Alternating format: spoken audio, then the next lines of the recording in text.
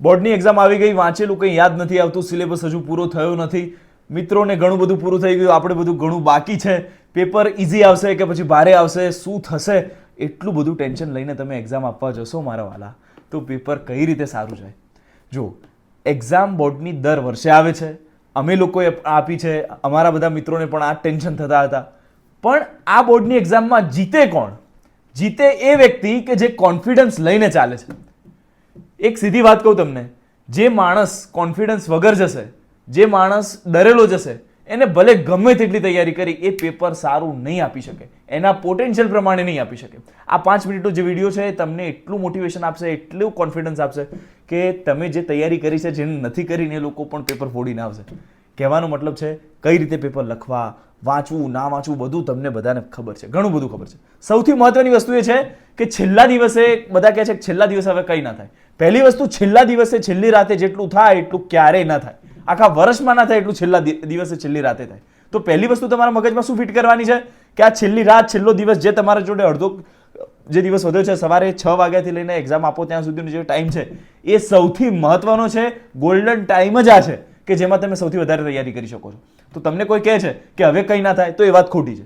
અત્યારે સૌથી વધારે તૈયારી થાય, બરાબર? તો ડરવાનું નહીં. સવારે 6 થી લઈને જ્યાર સુધી એક્ઝામ ચાલે છે ત્યાં સુધી પરફેક્શન સાથે તૈયારી કરવાની. ઓકે, છોડવાનું નહીં. ઓકે, બીજી વસ્તુ, બધાને કેવું હોય કે ભાઈ હવે મેં વાંચ્યું છે, નથી વાંચ્યું, ઘણા લોકોએ કંઈ નથી વાંચ્યું. હું તમને એક ઉદાહરણ આપીને સમજાવું.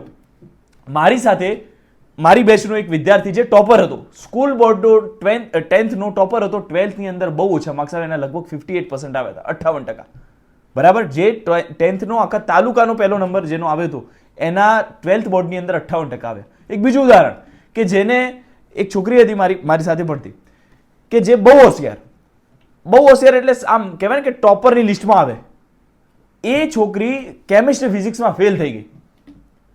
કેમ ભાઈ આવું? કે જે લોકો ટોપર હતા, બહુ હોશિયાર હતા, તૈયારી પણ કરી હતી, ફેલ થઈ ગયા. બીજું એક મારો ખાસ મિત્ર, હું નામ નહીં લઉં પાછું એને ખોટું લાગી જશે, એને તમે પૂછો ને કે ભાઈ ફિઝિક્સમાં કેટલા ચેપ્ટર આવે, તો એને ચેપ્ટરના નામ ના ખબર હોય. માણસ સારા ટકાથી પાસ થઈ ગયો, 62% જેટલા એને ટકા હતા, બરાબર? એટલે કંઈ ના વાંચ્યું હોય માણસ પાસ થઈ જાય, એ બહુ મોટી વસ્તુ છે. કેમ આવું છે? આખું ઊંધું, જે વાંચે ને એ ફેલ થઈ જાય, જે ના વાંચે પાસ. એનું કારણ છે કોન્ફિડન્સ. તમે એક્ઝામની અંદર કેટલા કોન્ફિડન્સ સાથે જાઓ છો, કેવા શાંત મનથી જાઓ છો, એ મહત્વનું છે. હવે માણસ જે છે પેપર આવે અને જોવે અને કે અરે આ 4 માર્ક્સનું નહીં આવડતો, એક આ 2 માર્ક્સનું નહીં આવડતો, હવે શું થશે? ટેન્શન લઈ લઈને પછી આખો એમસીક્યુ પણ બગાડે, થિયરી સાથે એમસીક્યુ પણ બગાડીને આવે, આખી લાઈનો ખોટી કરીને આવે.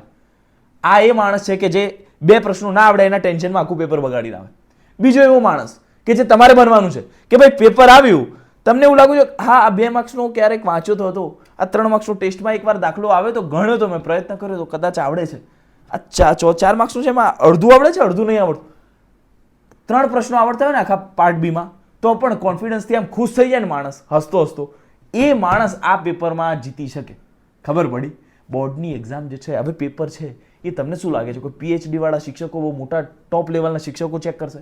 ના ભાઈ, જેને પૈસાની જરૂર છે, સામાન્ય લઈને ચેક કરવા વાળા બેઠા હોય, એમને એવું ના હોય કે ભાઈ તમારો એક પોઈન્ટનું ગાઈડ, જે કેવું હોય બોર્ડની અંદર એક ગાઈડલાઈન આવે કે આટલું લખ્યું હોય તો આ માર્ક્સ આપવાના, આ લખ્યું હોય તો આપવાના. તમને લાગે છે એ એક્ઝેક્ટ ફોલો કરે લોકો?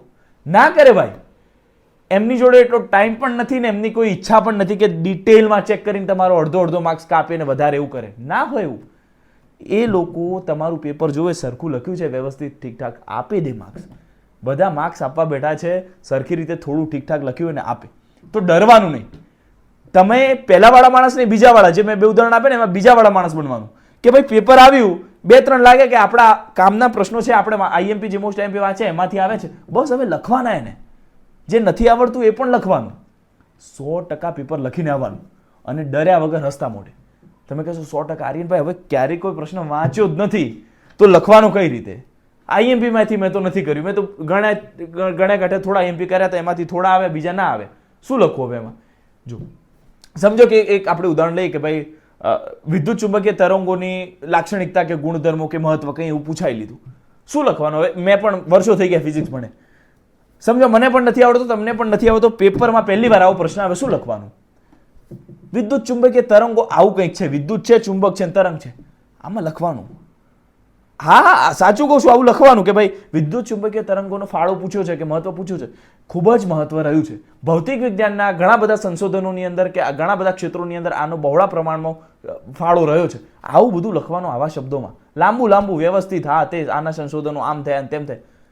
પિક્ચરની સ્ટોરી ના લખાય, ગીત ના લખાય, એના માર્ક્સ ના મળે. પણ એના રિલેટેડ આવું કંઈક લખી દો, એના રિલેટેડ કોઈ ડાયાગ્રામ બનાવી દીધું, માર્ક્સ આપે ભાઈ. 3 માર્ક્સનો છે, તમને 1.5-2 માર્ક્સ આપે. બરાબર, કંઈ ના લખો એના કરતાં આવું વ્યવસ્થિત લખવાનું. પછી આ મહત્વનો ફાળો રહ્યો છે ને આ ક્ષેત્રને નીચે પેન્સિલથી લીટી કરી દેવાની. વાંચવાવાળાને લાગે કે ખોટું નથી પણ એટલું સાચું નથી, શું આપું, 3માંથી 2 આપી. બરાબર, હું તમને કોન્ફિડન્સ આપું છું, સાચી વાત કરું છું. એક મોટો ભાઈ હોય ને એ રીતે તમને ડરાવતો નથી કે હવે કંઈ ના થઈ શકે ને પતી જાય.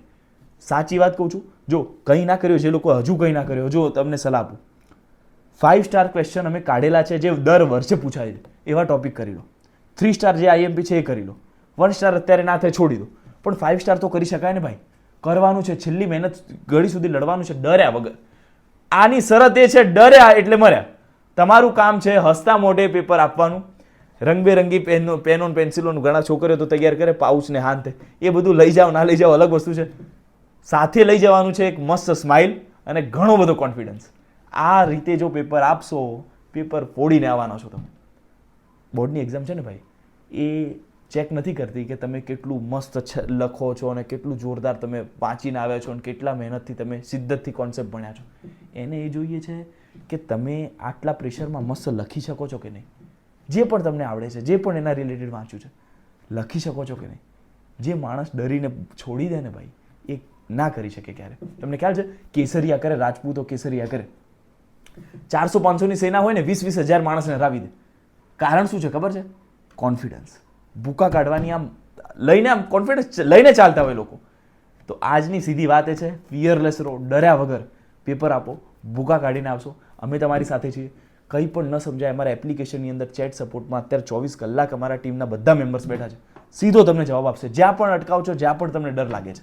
બરાબર, જે લોકો તૈયારી ઓછી છે, આ તે 5 સ્ટાર ક્વેશ્ચન અમારા એપ્લિકેશનમાં નાખેલા છે. આખી ફિઝિક્સની પીડીએફ, કેમિસ્ટ્રીની પણ આવી જશે, એમાંથી તમે કરી લેજો. અત્યારે ફિઝિક્સ અત્યારે ફોકસ કરો, એ પતાવો, પછી કેમિસ્ટ્રી, પછી બાયોલોજી. બરાબર, બહુ જ મહેનતથી આઈએમપી બનાવેલું છે. વધારે નહીં, જેટલા તમારાથી થઈ શકે એટલા આઈએમપી વ્યવસ્થિત કરો. વધારે આપ્યા પણ નથી, દરેક ચેપ્ટરમાં 2-2 5 સ્ટાર આપેલા છે, એટલા કરો. હે ને, ડર્યા વગર કરશો, તમે મને પ્રોમિસ કરો, ડર્યા વગર કરશો, ગભરાશો નહીં. કંઈ પણ અપડેટ આવે છે તો આ એપ્લિકેશનમાં અથવા તો તમને આ યુટ્યુબ ચેનલ પર મળી રહેશે. સબસ્ક્રાઇબ કરી લેજો, લાઇક કરી દેજો અને કહેજો નહીં છે કે આઈ એમ રેડી, હું કોન્ફિડન્ટ છું. જે પણ તમને ઠીક લાગે આઈ એમ રેડી કરજો અને ભૂકા કાઢી નાખજો. ચલો, જય શ્રી રામ. ડરતા નહીં, ચલો ગભરાતા નહીં. તમને છોડીને જવાની ઈચ્છા નથી થતી પણ જવું પડશે. ત્યારે તમારે છે ને બિંદાસ રહીને એક્ઝામ આપવાની છે સ્માઇલ સાથે. ચલો, ઓલ ધ બેસ્ટ બધાને. હું તમને ઓલ ધ બેસ્ટ કહું છું. મારી આખી ટીમ, ટોપર્સ ફેક્ટરીની આખી ટીમ જે પડદા પાછળ રહીને કામ કરતી હોય છે, બધા લોકો તમને દિલથી ઓલ ધ બેસ્ટ કહે છે. ભૂકા કાઢીને આવજો. જય શ્રી રામ.